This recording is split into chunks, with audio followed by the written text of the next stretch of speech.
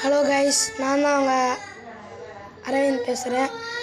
First round already 6 round நான் அவனை அடிச்சிருவேன். மீதி 6 ரவுண்டு, மீதி 2 ரவுண்டு தான் இருந்துச்சு.